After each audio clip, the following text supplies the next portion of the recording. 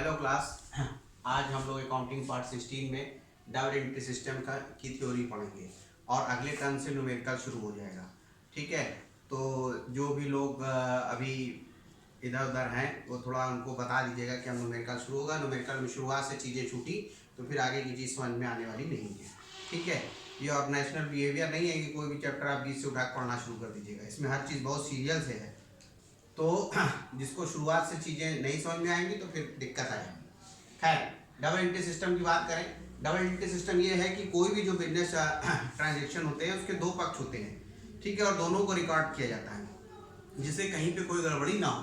तो देखिए लिखा है according to this system every business transactions affect at least two account. दो अकाउंट को अपोजिट डायरेक्शन में, एक लेने वाला एक देने वाला, इस टाइप से अपोजिट डायरेक्शन में को अफेक्ट करता है और दोनों की रिकॉर्डिंग होगी।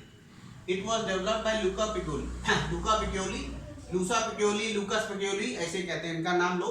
A resident of Venice in Italy in 1494 पे उसको डेवलप किया गया। ठीक है, इसके फीचर्स क्या है? Every business transactions affect two account, दो अकाउंट को अफेक्ट करता है। जैसे फर्नीचर परचेज, तो फर्नीचर आपके पास आया और कैश गया, तो वो दो अफेक्ट। फिर recording of both personal and impersonal. Personal मतलब होता है किसी पर्सन से।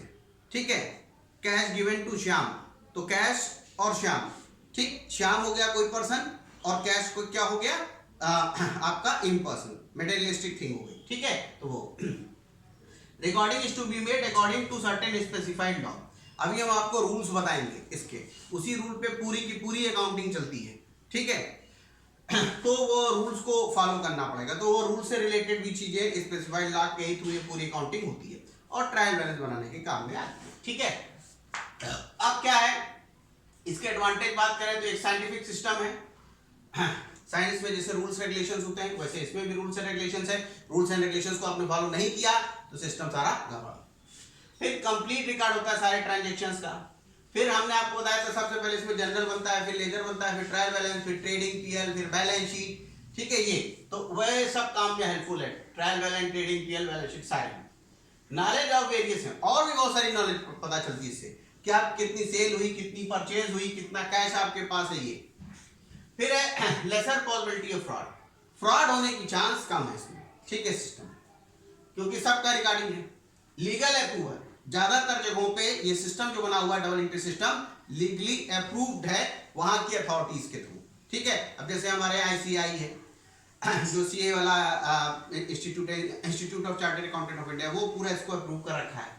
कॉपरेटिव हिस्ट्री अगला पिछला कंपेयर करने में बड़ा हेल्पफुल है। मैनेजमेंट को डिसीजन मेकिंग लेने में कितना हमारे पास कितनी सेल हुई, कितना परचेज हुआ, ये सब आप इस सिस्टम के थ्रू जान जाएंगे। Suitable for all type business, चाहे आप सोल प्रोप्राइटरशिप चला रहे हो, चाहे पार्टनरशिप चला रहे हो, चाहे कंपनी चला रहे हैं, सब बिजनेस के लिए ही जरूरी है।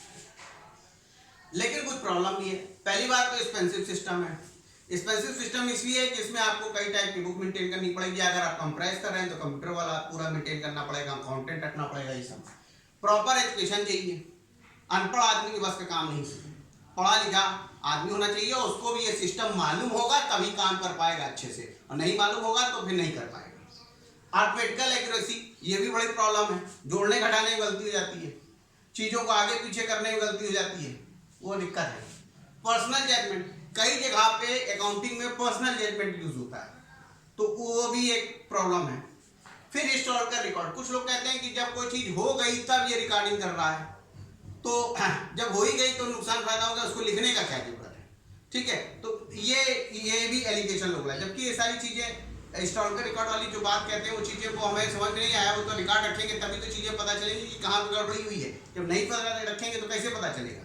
ठीक है, तो ये हमने आपको डबल एंट्री सिस्टम का एडवांटेज, डिसएडवांटेज, फीचर बता दिया। अगले टर्म से न्यूमेरिकल और रूल शुरू हो जाएंगे। ठीक है, ओके, थैंक यू।